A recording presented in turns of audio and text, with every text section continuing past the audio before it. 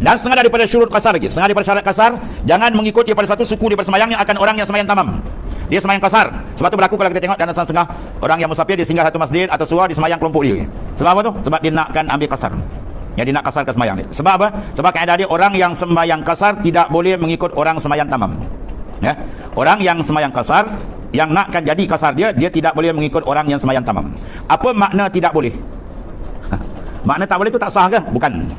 Makna tak boleh itu maknanya jadi ilgha, mana terhapus ataupun lara niat kasar.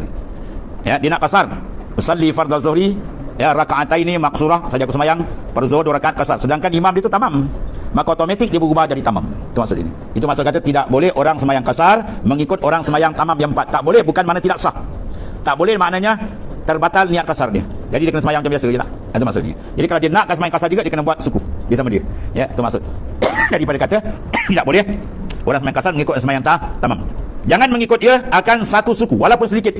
Daripada semayangnya akan orang yang semayang tamam, dan jika ada semayang tamam itu musafir sekalipun. Walaupun orang yang semayang tamam tadi sama-sama di satu bas tadi. Dia turun dia semayang, dia boleh semayang tamam. Yang kawan ni pula sebab tu kalau makmum nak tahqiq yang dia buat kasar dia kena tanya imam tu. Imam kasar ke tamam? Kena tanya imam kata kasar. Okeylah. Kalau imam kata tamam, macam mana dia kena dia semayang lain. Ya, dia kena semayang lain. Kalau diikut jangan dia habis. Dia imam bangun rakaat 3 dia kena bangun. Ya, sebab terbatal dia punya niat tadi. Dan setengah daripada syurut kasar, setengah daripada syarat kasar, jangan dia mengikut akan orang yang disyakkan safarnya.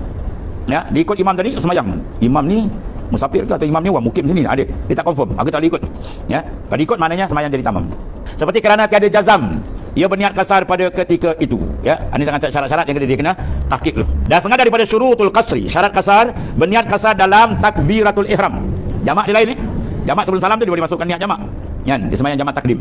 Dia niat maghrib macam biasa je lah. Dalam sebelum salam tu dah rokok sujud ke dia lintaskan nanti aku jamakkan pada semayang maghrib ini akan semayang fardu isyak sebagai jamak takdim. Boleh, tak ada masalah. Adapun kasar tadi, kasar dia kena di awal sebab benda tu dibentuk daripada awal, dia mengubah suasana tamam kepada kasar. Mesti ada dalam takbiratul ihram. Seperti bahawa dipesertakan niat kasar dengan takbiratul ihram dengan yakin. Jangan dia syak-syak lagi. Habis. Dan dikekalkan jazamnya, kasar tu akan niat kasar hingga salam. Ya, seperti bahawa tiada dibawa akan barang yang merosakkan niat kasar. Ya, jangan dia merosakkan niat kasar. Contoh rosak niat kasar apa? Kasar dia sudah sampai sempadan, habis. Kan? Dia balik rumah tiba-tiba kenderaan dia orang yang bawa. Dia semayang dalam lingkaran dia. Dia bawa bawa 1 rakaat. Tiba kawan pun masuk je kampung habis. Sepanjang kampung mana rosak syarat tadi. Maka semayang dia kena tamam. Dia kena tambah lagi lah. Terus habis keempat. Ya, itu antara benda yang membatalkan. Dan sengaja daripada syurut kasar, hendaklah kekal safar dalam perjalanan. Mana safar dia tu kekal dalam perjalanan daripada permulaan sembahyang hingga kesudahan sembahyang, ya, sampai kesudahan sembahyang. Maka jika sampai perahu, ni masalah orang naik perahu orang tepi pantai. Banyak pergerakan dia tadi perhubungan melalui kenderaan laut, perahu ke sampan ke bot ke, ya, kapal ke, kepada tempat mukim atau berniat mukim. Dia sampai tempat mukim mana tempat iqamah dia duduk situ. Atau dia berniat mukim. Ya, dia pergi satu tempat, tiba-tiba tu dia niat nak jadi tempat tu tempat dia duduk. Kan? Misalnya, yang banyak duduk dululah kan. Sampai dia bawa kembali kambing banyak tengok tempat sesuai. Oh, dia berniat nak duduk situ. Dia niat duduk je sedangkan di dalam keadaan tu habis rosah dia. Atau syak ya, adakah dia berniat mukim? Nak duduk nak tidak? Nak mukim tidak? Nak mukim tidak? Ya, mukim. Satu lagi mustautin lain Mustautin anak watan. Dia tempat tumpah darah di situ. Kalau bermukim dia niat 4 hari lebih kata dah. Dia macam-macam contoh kita pelajar. Contoh dia pekerja kan. Orang mana Bangla misalnya. Dia balik kampung ni. Tiba-tiba dia masuk di tempat kampung ni, kampung Ketapang tempat dia ada rumah sewa dia. Dia masuk je bermakna dia dah bermukim. Dia nak duduk kerja sini 2 bulan, setahun ke atau pelajar ke. Dia pergi di tempat pengajian dia duduk situ maknanya dia nak bermukim. Ketika itu habis. Adapun kalau orang musafir dia tolak air masuk keluar. Kita ziarah anak kita misalnya satu tempat kan. Kita masuk je, air keluar tolak, air masuk tolak. Duduk 4 hari dalam tu. Maka dibenarkan rosah mana ambil jamak dan kasar. Kalau lebih tak boleh lah. Dia niat duduk seminggu atau tak boleh. Dia masuk je niat seminggu tak boleh, dia kena buat tamam macam biasa. Atau tiada niat syak. Atau adakah negeri yang sampai perahu itu negerinya dia syak. Ini kampung kita ke kampung mana dia main syak itu. Atau lain padahal ia lagi dalam tengah sembahyangnya yang 4. Ya. Masalah ini awak jawab dia apa? Wajib atau tamam. Sembahyang tu tak perlu batal. Ya, sampai sepadan dia sampai kampung kita. Kampung belum sampai dia tengah sembahyang ni. Terus dia kena tamamkan terus.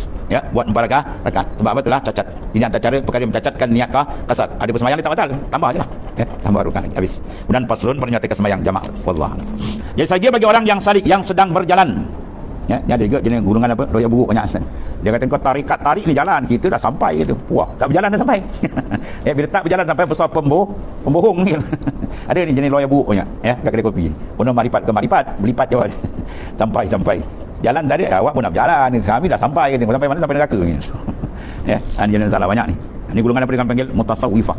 Ya, orang yang berlakon-lakon meniru-niru kalam sufi tanpa memahami dengan sebenar, ambilan dia daripada nas Quran dan hadis Nabi sallallahu alaihi wasallam. Dan tidak ada guru yang sahih. Ya, yang ilmu terkejar-terkejar banyak ni. Lepas tu akhir tak semayang. Ya, hakikat dia itu semua dipanggil ilmu isi. Ya, isi apa? Isi neraka jahanam. Kalau itu bawa sampai mati bagi isi neraka ni.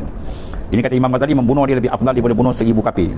Orang kafir tu dengan bunuh dia afdal bunuh dia lagi. Imam Ghazali sebut. Ya, sebab apa orang kafir kita takkan sesat dengan dia, kita dah tahu dah dia kafir. Yang ni dia konon makam dia tinggi. Rupanya telah mencarikan syariat. Dia boleh rosakkan makna agama.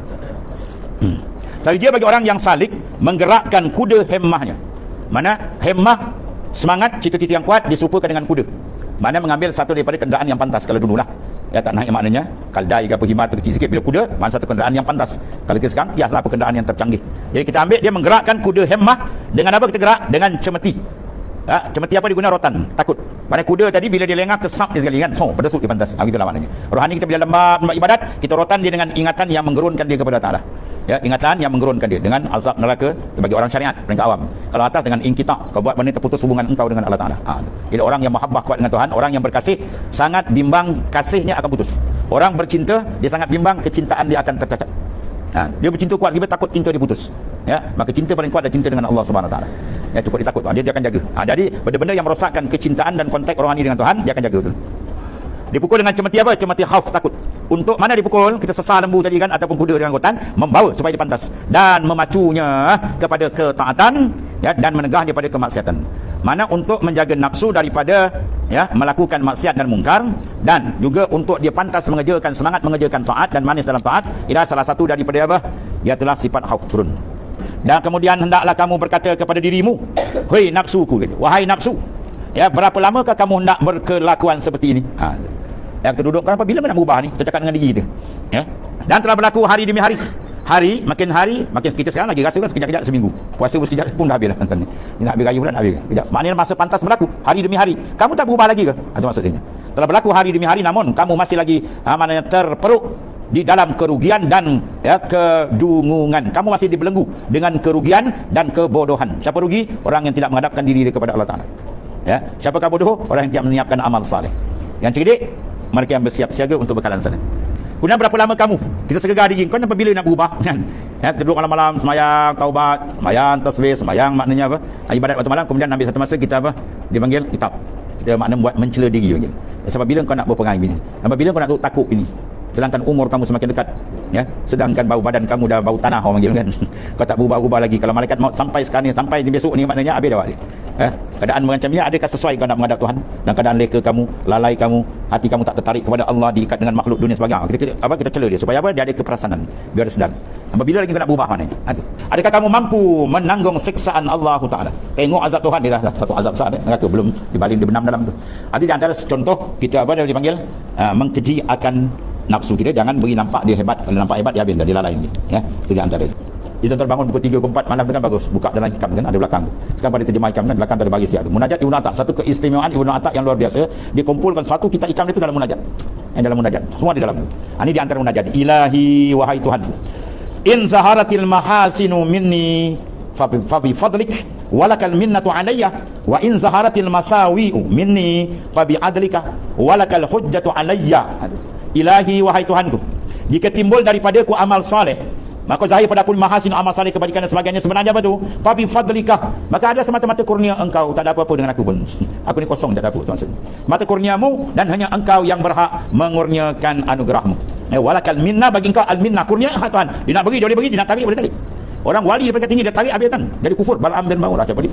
Barsisa, orang hebat dia tarik habis. Dia kalau nak bagi pula, Sayyidina Umar, ya, yuridu qatlan Nabi. Sayyidina Umar pernah merancang nak bunuh Rasulullah SAW. Tapi bila Tuhan pap tukar pusing pun dia di sahabat kanan. Ya, orang yang hebat.